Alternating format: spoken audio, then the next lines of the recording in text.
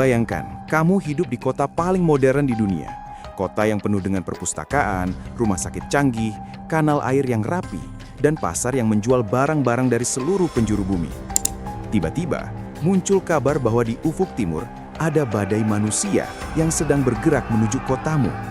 Mereka tidak butuh logistik rumit, mereka bisa tidur di atas kuda, dan mereka baru saja menghancurkan setiap kerajaan yang mencoba menghalangi jalan mereka. Itulah yang dirasakan penduduk Baghdad pada tahun 1258 ketika pasukan Hulagukan mengepung gerbang kota mereka. Selamat datang di Kecoa Elektrik. Di sini kita bakal bedah realita dari berbagai sisi. Kedepannya kita bakal punya segmen fakta unik yang penuh info mengejutkan dan segmen psikologi buat bedah perilaku manusia. Tapi hari ini, kamu sedang menonton segmen Deep Dive.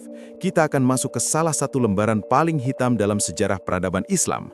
Hari di mana jantung dunia berhenti berdenyut akibat serbuan bangsa Mongol.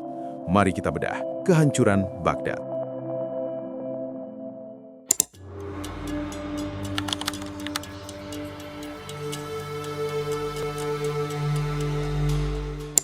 Sebelum kita bahas penyerangannya, kita harus paham dulu siapa itu bangsa Mongol. Di bawah pimpinan Genghis Khan dan penerusnya, mereka berubah dari suku pengembara menjadi mesin perang paling efisien dalam sejarah.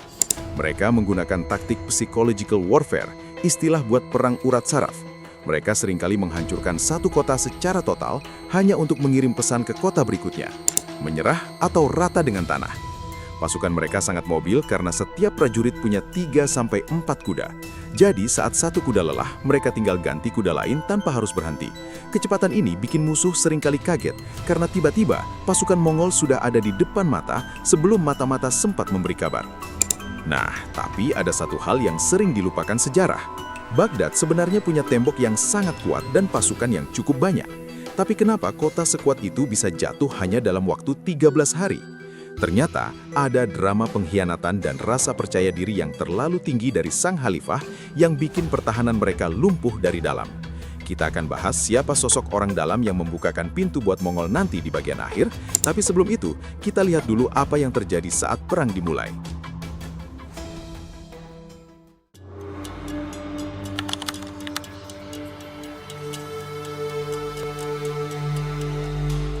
Hulagukan, cucu dari Genghis Khan, datang membawa sekitar 150.000 pasukan. Ini bukan sekedar pasukan berkuda biasa.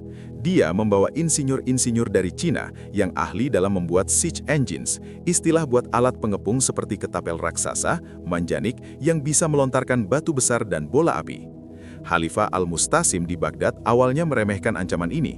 Dia merasa seluruh dunia Islam bakal datang menolong kalau Baghdad diserang. Tapi kenyataannya apa? Dunia Islam saat itu sedang terpecah belah. Pasukan Mongol dengan cepat menghancurkan kanal-kanal air di sekitar Baghdad, membuat ladang gandum tenggelam dan pasokan makanan terputus. Baghdad terjepit, air di mana-mana tapi makanan gak ada, dan bola api mulai berjatuhan dari langit. Teman-teman, dalam segmen psikologi nanti, kita bakal bahas yang namanya bystander effect, fenomena di mana orang gak mau nolong karena merasa bakal ada orang lain yang nolong. Hal yang sama terjadi pada jatuhnya Baghdad. Kerajaan-kerajaan Muslim di sekitarnya merasa Baghdad itu terlalu besar untuk jatuh, jadi mereka diam saja sambil berharap orang lain yang maju duluan. Kurangnya empati kolektif dan ego politik inilah yang bikin kekuatan besar jadi rapuh. Pelajarannya, sehebat apapun sebuah peradaban, kalau solidaritas sosialnya hilang, mereka cuma tinggal nunggu waktu buat runtuh.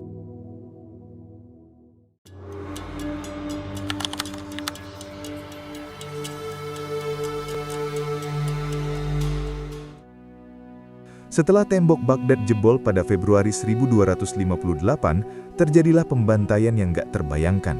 Tapi bagi dunia ilmu pengetahuan, kerugian terbesarnya adalah hancurnya Bait al-Hikmah atau House of Wisdom. Ini adalah perpustakaan terbesar di dunia saat itu, pusatnya Golden Age Islam. Jutaan manuskrip tentang kedokteran, matematika, dan filsafat dibuang ke Sungai Tigris. Legenda mengatakan bahwa air Sungai Tigris berubah menjadi hitam karena tinta dari buku-buku tersebut, dan setelah itu berubah menjadi merah karena darah penduduk kota. Pengetahuan yang dikumpulkan selama 500 tahun lenyap hanya dalam beberapa hari. Ini adalah kehilangan terbesar umat manusia yang efeknya terasa sampai sekarang.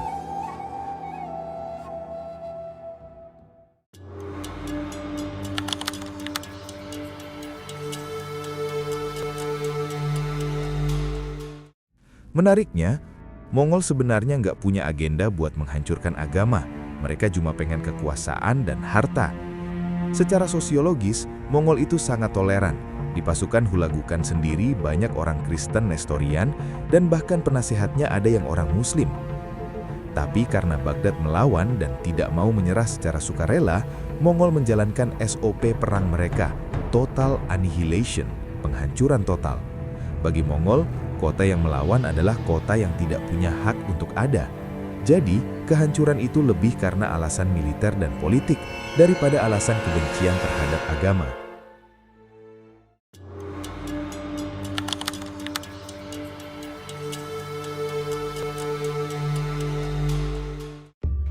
Setelah Baghdad hancur, dunia mengira Mongol nggak akan bisa dihentikan sampai ke Maroko.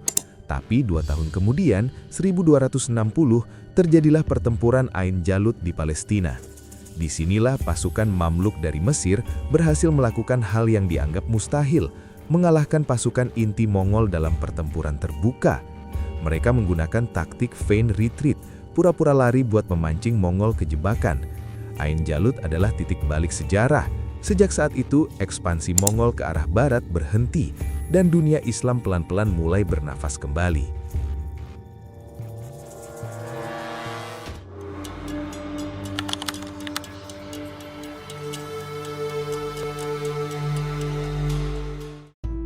Ingat soal pengkhianatan yang saya sebut di awal?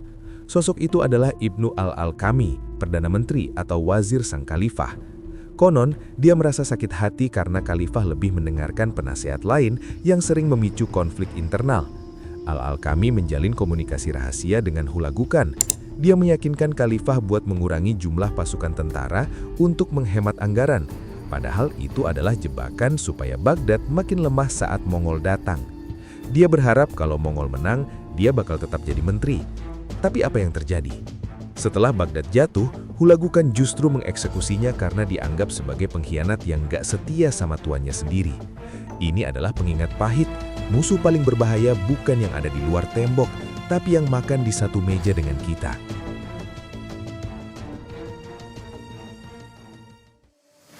Kehancuran Baghdad adalah pengingat bahwa kejayaan ilmu pengetahuan bisa hilang sekejap kalau tidak dijaga oleh persatuan dan kesadaran politik. Menurut kalian, kalau seandainya perpustakaan Baghdad nggak dihancurkan, kira-kira teknologi manusia sekarang sudah sampai mana? Apakah kita sudah tinggal di Mars sekarang? Tulis pendapat kalian di kolom komentar ya. Jangan lupa pantengin terus Kecoa Elektrik, subscribe dan nyalakan loncengnya supaya nggak ketinggalan segmen fakta unik tentang taktik-taktik perang paling gila dalam sejarah, atau segmen psikologi buat bedah kenapa manusia bisa jadi sangat kejam saat perang. Makasih udah nonton sampai akhir di segmen Deep Dive kali ini. Tetaplah waspada, tetaplah belajar, dan sampai jumpa di video berikutnya. Dadah!